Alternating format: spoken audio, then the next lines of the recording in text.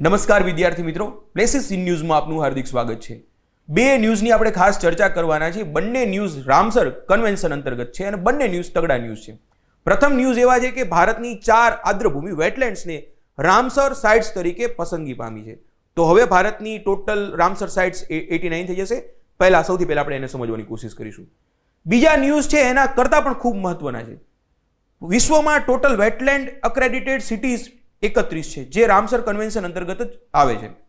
એમાંથી 2 ભારતના શહેરોનો સમાવેશ થાય છે, તો એને પણ આપણે સમજવાની કોશિશ કરીશું। સૌથી પહેલા આપણે એ સમજવાની કોશિશ કરીએ કઈ નવી 4 વેટલેન્ડનો સમાવેશ થયો છે। તો હવે 4 નવી વેટલેન્ડ સાઇટ્સ આપણા ભારતમાં રામસર સાઇટ્સનો ઉમેરો થયો છે। તો ભારતમાં હવે રામસર સાઇટ જે છે એ 89 થઈ ગઈ છે। ટોટલ આંકડો જે છે 89 પર પહોંચી ગયો છે। રામસર સાઇટ શું છે એની પણ ચર્ચા આપણે આગળ કરીએ। તો 89 થઈ છે, એમાં 2 તમિલનાડુની ઉમેરવામાં આવી છે, 4 જે છે એમાંથી, અને એક સિક્કિમની અને એક ઝારખંડની। તમિલનાડુની જે 2 ઉમેરવામાં આવી છે, સક્કરકોટાઈ બર્ડ સેન્ચ્યુરી અને થેરથંગાલ બર્ડ સેન્ચ્યુરી, આ રીતે તમિલનાડુની જે રામસર સાઇટ જે છે એ 18 થી વધીને હવે 20 થઈ ગઈ છે। એટલે તમિલનાડુમાં હવે રામસર સાઇટનો આંકડો પહોંચી ગયો છે 20। ભારતમાં આંકડો કેટલો છે? 89 પહોંચી ગયો છે। તો અહીં પહેલી વસ્તુ આપણે એ યાદ રાખવાની છે કે આખા ભારતમાં સૌથી વધુ રામસર સાઇટ તમિલનાડુમાં છે। બીજો નંબર યુપી નો આવશે, ત્યાં 10 છે। તો મેક્સિમમ તમને લોકોને કદાચ સવાલ પૂછે કે મેક્સિમમ રામસર સાઇટ કયા રાજ્યમાં છે, તો યાદ રાખવાનું છે કે તમિલનાડુમાં બીજો નંબર જે છે એ યુપી નો આવે છે। બીજું ખાસ સિક્કિમ ને એની પ્રથમ રામસર સાઇટ મળી છે। કેચિયો પલરી વેટલેન્ડ જે છે એ સિક્કિમનું પ્રથમ રામસર સાઇટ છે, રામસર સ્થળ છે। એવી જ રીતે ઝારખંડ જે છે એને પણ પોતાની પ્રથમ રામસર સાઇટ સ્થળ મળ્યું છે, ઉધવા લેક બર્ડ સેન્ચ્યુરી। તો આ બેઝિક વસ્તુ સૌથી પહેલા આપણે યાદ રાખવાનું છે। તો રામસર સાઇટ્સ એટલે શું? વિશ્વમાં આદ્રભૂમિના સંરક્ષણ માટે 1971માં ઈરાનનું એક નગર છે રામસર, ત્યાં યુનેસ્કોના નેજા હેઠળ એક મીટિંગ મળે છે અને વિશ્વમાં જેટલી પણ આદ્રભૂમિ જે છે, જે બાયોડાયવર્સિટી માટે ખૂબ જ અગત્યની છે, એના સંરક્ષણ માટેના પ્રયત્નો ચાલુ કર્યા છે। આ રીતે ધીમે ધીમે વિશ્વમાં અલગ અલગ સ્થળો ઉપર રામસર સાઇટ્સની પસંદગી કરવામાં આવે છે। એમાં 2 થી 3 ફેક્ટ્સ આપણે ખાસ યાદ રાખવાના છે। મેં વાત કરી પ્રમાણે કે રામસર જે છે સ્થળ જે છે ઈરાનનું છે। 1971માં, ખાસ વર્ષ યાદ રાખજો, 1971માં રામસર જે છે ઈરાનનું શહેર જે છે ત્યાં યુનેસ્કોના નેજા હેઠળ આ મીટિંગ બોલાય છે।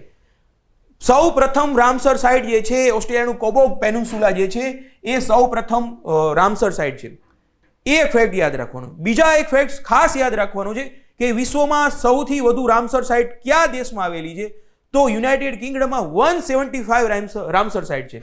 તો યુનાઇટેડ કિંગડમમાં તમારે યાદ રાખવાનું છે 175 રામસર સાઇટ છે। ત્યાર પછી મેક્સિકો છે 142, પણ એને યાદ નહીં રાખો, ચાલી જશે।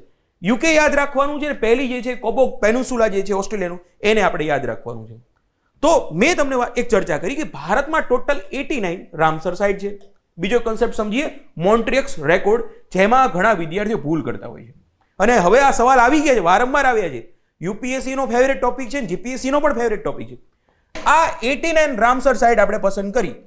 હવે એવી રામસર સાઇટ્સ હોય જેને હજી વધુ સંરક્ષણની જરૂરિયાત હોય, જેમાં ગંભીર ખતરો હોય, સ્પીસીઝ એટલે પ્રજાતિના સંરક્ષણ માટે પણ આપણે એટલું ધ્યાન રાખવું પડતું હોય, પોલ્યુશનને પણ ત્યાં ઓછું કરવાનું હોય।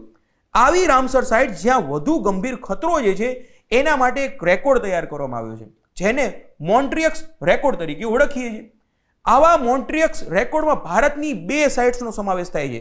ભારતની 2 રામસર સાઇટ જે છે એને મોન્ટ્રિયક્સ રેકોર્ડમાં સમાવેશ થયેલો છે। અત્યાર સુધી ટોટલ 3 છે, ચિલ્કા લેકને હટાવી દીધું છે હવે। તો કઈ છે? તો સૌથી પહેલા વર્ષ 1990માં કેલુઆદેઓ નેશનલ પાર્ક જે છે રાજસ્થાનનું, એને પસંદગી પામ્યું હતું, એ હજી પણ છે। અને લોકટક લેક જે છે મણિપુરનું, એને પણ વર્ષ 1993માં એનો સમાવેશ થયો હતો। વર્ષ 1993માં ચિલ્કા લેકનો પણ સમાવેશ થયો હતો, પરંતુ 2002માં એને એમ હટાવી દીધું, કારણ કે એનું પરફોર્મન્સ પછી સારું હતું, એમાં સુધારો થયો હતો। તો બસ આ નાનકડો એક રેકોર્ડ તમારે ફેક્ટ છે એને યાદ રાખવાના છે। બીજા આપણે જે ન્યૂઝની ચર્ચા કરી વિદ્યાર્થી મિત્રો, અને ખૂબ અગત્યના છે, હટકે ન્યૂઝ છે કે વેટલેન્ડ અક્રેડિટેડ સિટીઝ તરીકે ભારતના 2 શહેરોની નિમણૂક થઈ છે, પસંદગી પામ્યા છે। કયા શહેરો છે? તો ઇન્દોર અને ઉદયપુર જે છે એને વેટલેન્ડ અક્રેડિટેડ સિટીઝ તરીકે પસંદગી પામ્યા છે। વિશ્વમાં આવા 31 વેટલેન્ડ અક્રેડિટેડ સિટીઝ છે। એવા કયા શહેરોને આ જે વેટલેન્ડ ખાસ યાદ રાખવાનું છે રામસર કન્વેન્શન અંતર્ગત એની પસંદગી થઈ છે. કેવા શહેરો છે એને પસંદ કરવામાં આવશે? તો અર્બન ડેવલપમેન્ટ છે, ખાસ શબ્દ યાદ રાખજો.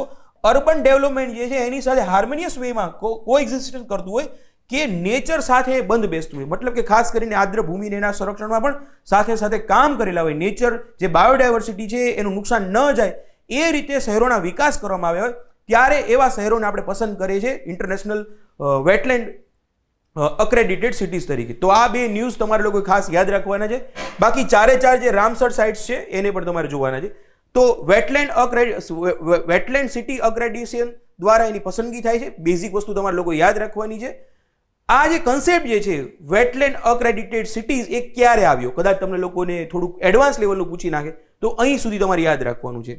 તો ખાસ યાદ રાખવાનું છે કે રામસર કન્વેન્શન અંતર્ગત મીટિંગ થાય છે, એની મીટિંગ થતી હોય છે, આયોજન થતું હોય, મીટિંગ થતી હોય છે, જેને કોન્ફરન્સ ઓફ પાર્ટીઝ તરીકે ઓળખવામાં આવે, COP તરીકે ઓળખીએ છીએ.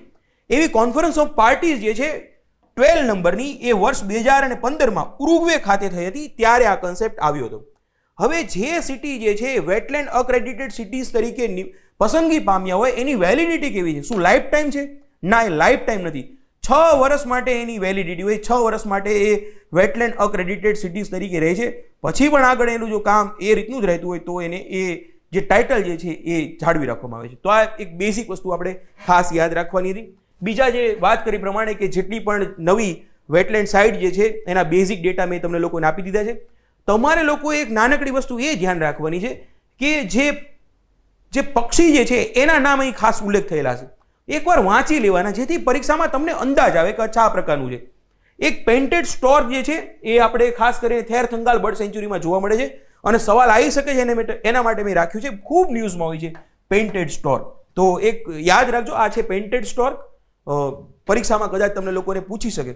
બીજી વસ્તુ સાથે સાથે અલગ અલગ નાની નાની ફેક્ટ્સ હશે જે મને લાગશે તો કહી દઈશ તમને લોકોને. બસ આટલા મેઇન ડેટા છે. એક યુનિક વસ્તુ જે છે જે સિક્કિમનું કેચિયો પલરી વેટલેન્ડ જે છે એના પણ મને યુનિક વસ્તુ લાગી છે. આ જે લેક જે છે એનું લોકલ નામ છે સુઝોસો, એટલે કે ઓ લેડી સી ડિયર. આ લેક જોઈ શકો છો, બહુ મસ્ત છે. મજાની વસ્તુ શું છે ખબર છે? એક યુનિક ફીચર છે, એ પરીક્ષામાં તમે ક્યાંક એડ પણ કરી શકો, મેઇન્સમાં પણ એડ ઉમેરી શકો. કેવું છે કે અહીંયા આ જે તળાવમાં ક્યાંક પાંદડા પડ્યા હોય ને તો પક્ષીઓ એને ઉઠાઈ લે છે. પક્ષીઓ એ તળાવમાં પાંદડાઓને પડવા નથી માંગતા. અને બીજી વસ્તુ કે આ જે સાઇટ જે છે એ બુદ્ધિસ્ટ અને હિન્દુ બંને ધર્મ માટે પવિત્ર છે. તો કદાચ બની શકે તમને લોકોને જોડકા જોડોમાં કેચિયો પલરી વેટલેન્ડ જે છે એના વિશે સવાલ બને તો આ એક નાનકડા એવા ન્યૂઝ જે છે એને ખાસ યાદ રાખવાના છે. બીજી વસ્તુ કે અહીં અલગ અલગ પ્રકારની બર્ડ સ્પીસીસના નામ આપ્યા છે, યાદ નથી રાખવાના, ખાલી એકવાર વાંચવાના છે. હાઉસ સ્વીપ છે, ફિશિંગ ઈગલ છે, બ્રહ્મિની કાઇટ્સ છે. તો ખાલી નામ એકવાર વાંચેલા હોય તો પરીક્ષામાં તમને લોકોને સમસ્યા ના આવે. બીજું છે ઉદવા લેક, ઝારખંડમાં આવેલું છે. તો બસ આટલા આ પ્લેસીસ ન્યૂઝમાં જે આપણે 4 જે મહત્વપૂર્ણ સાઇટ્સ હતી એની ચર્ચા કરી અને 2 જે નગરો જે છે, 2 સિટીઝ છે એને વેટલેન્ડ અક્રેડિટેડ સિટીઝ તરીકે નિમણૂક થયા છે. આ ન્યૂઝ ખાસ તમારે લોકો યાદ રાખવાના છે. તો વિદ્યાર્થી મિત્રો, પ્લેસીસ ઇન ન્યૂઝમાં આજે આપણે આટલી ચર્ચા કરીશું. ધન્યવાદ.